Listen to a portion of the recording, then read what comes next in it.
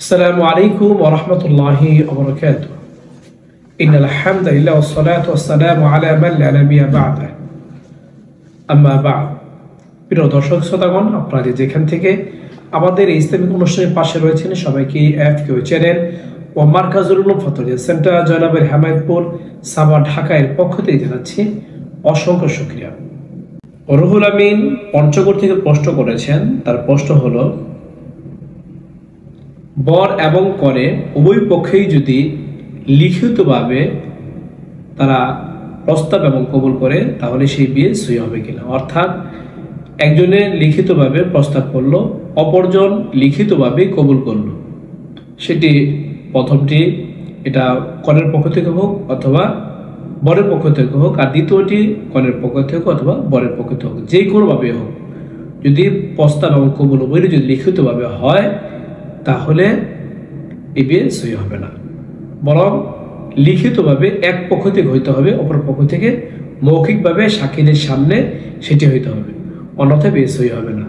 যেমন কোনো ব্যক্তি যদি লিখিতভাবে মেয়ে অথবা ছেলের পক্ষ থেকে যদি প্রস্তাব যায় তাহলে অপর পক্ষ সেই লিখিত প্রস্তাবকে দুইজন প্রাপ্তবয়স্ক পুরুষ অথবা একজন প্রাপ্তবয়স্ক পুরুষ, দুইজন প্রাপ্তবয়স্ক মহিলার সামনে বলবে, অমুকে আমার কাছে প্রস্তাব করেছে, আমি তার প্রস্তাবকে কবুল করলাম, তখনই বিয়ে সই হবে, অন্যথায় বিয়ে সই হবে না।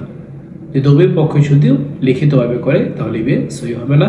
সই জন্য শর্ত হলো হয়তো উভয় পক্ষ মৌখিকভাবে বলবে অথবা এক পক্ষ লিখিত, অপর পক্ষ মৌখিকভাবে সাক্ষীদের সামনে সেটিকে এজাহার করবে।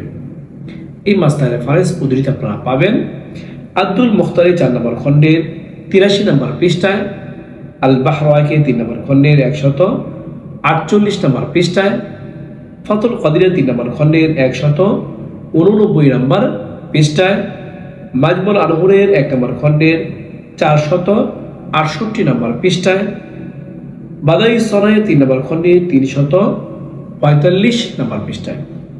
যে মাসলার বলা হলো, মহান রব্বুল আলামিন আমাদের সবাইকে ভালো করে বুঝে এই মাসলার উপর আমল করার তৌফিক দান করুন। এরকম গুরুত্বপূর্ণ ইসলামিক প্রশ্ন উত্তর জানতে চাইলে অবশ্যই আমাদের ইউটিউবটি এখনও যারা সাবস্ক্রাইব করেননি সাবস্ক্রাইব করে নেবেন। ভিডিওটি ভালো লাগলে লাইক ও শেয়ার করবেন। তাছাড়া আপনাদের কোনো প্রশ্ন থাকলে ইউটিউব কমেন্ট বক্সে আপনারা প্রশ্ন করতে পারেন।